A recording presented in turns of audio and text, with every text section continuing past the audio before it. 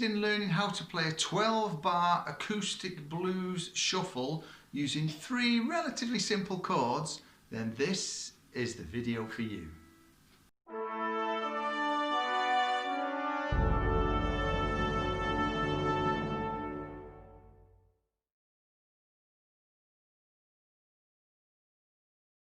Thanks for sticking around. Please subscribe to the channel and give that bell a ring. So today, 12-bar blues, and we're going to do this with a shuffle feel to it. So we're going to use G7, which is barred across the 3rd fret, and then the 3rd finger on the 5th fret of the A string, and then the 2nd finger on the 4th fret of the G string. So that gives you a G dominant 7 chord.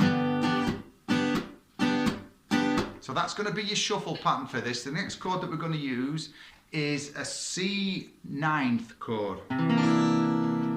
Very bluesy sounding when you listen from that to that. And then the next shape is the D9th chord, which is the same as the C9. So I'll give you the C9 shape now. So we're going to be playing the 2nd fret of the 4th string, the 3rd fret of the 5th string, and the 3rd finger is going to go on to the 3rd fret of the G string, the 3rd string, and then the 2nd fret of the 2nd string with the 4th finger.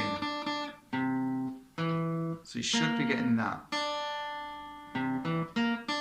Now what I do try and do with these 9th chords is to try and make sure that that 2nd finger is just deadening the E string there, and I try and make sure that the 4th finger, which is on the bottom of the B string there on that 3rd fret, is going to be muting that 1st string as well. We don't really want those in there. It just gives the chord a little bit more clarity than having those two E strings ringing out. So that would be your C9th chord, and then like I say, move it up 2 frets and we've got the D9th chord.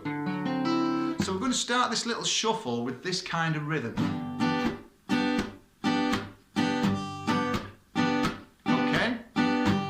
So I'll slow that right down for you. Here we go. So it's going to be upstrokes.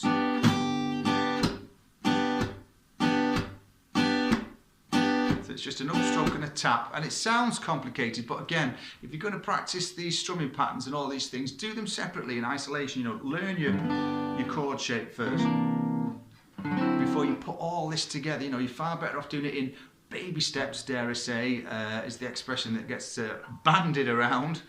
See what I did there? Bandied around a lot nowadays. So, you know, make sure you learn your chord shapes first and then focus on the strumming pattern in isolation. Okay? So with the chords, we're going to start with what we call a turnaround, and this is 12 bars of music, including the turnaround, okay? And I'll put the numbers up as I play the whole thing through, so we'll see where the bar changes go. So hopefully they should be around there, and that should help me out a little bit as well. So the turnaround starts like this. Okay? And then we're into the...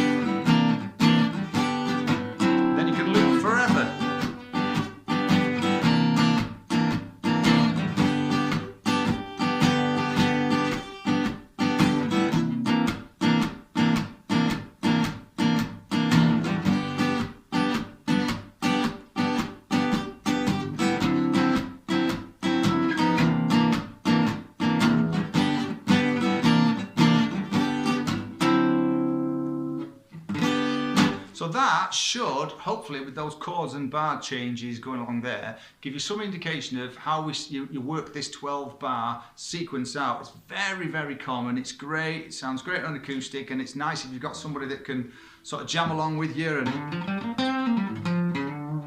play a few bluesy licks on the acoustic guitar, around the barbecue, at Christmas time, birthdays, anything. It's brilliant.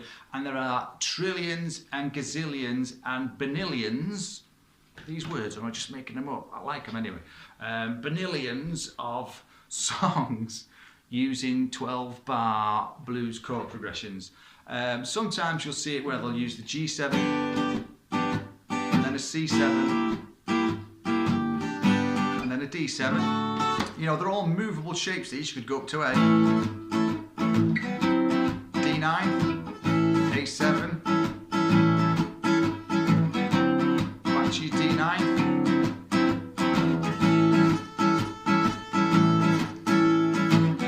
E9.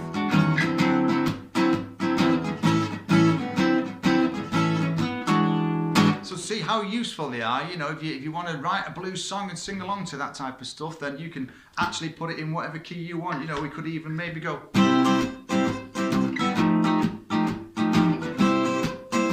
Get the idea? So it's a movable. I bet I couldn't do that again. Drop my pick and it's gone straight in the guitar. How very bizarre. Good job I've not got another one handy. Totally unrehearsed this, as you can see. So there we go. You've got your 12-bar blues progression with G7, C9 and D9 chords. Learn those chords. I'll put little pictures of the chords on there for you. You should have seen those already. And like I say, hopefully you can have a little go of this, and it's fun, and they keep the strumming part nice and relaxed. You can do, you know, your tempo. Have we got another pick? Yeah, we have. You can do your tempo thing. You could, or you can do it. Shuffle it nice and slow.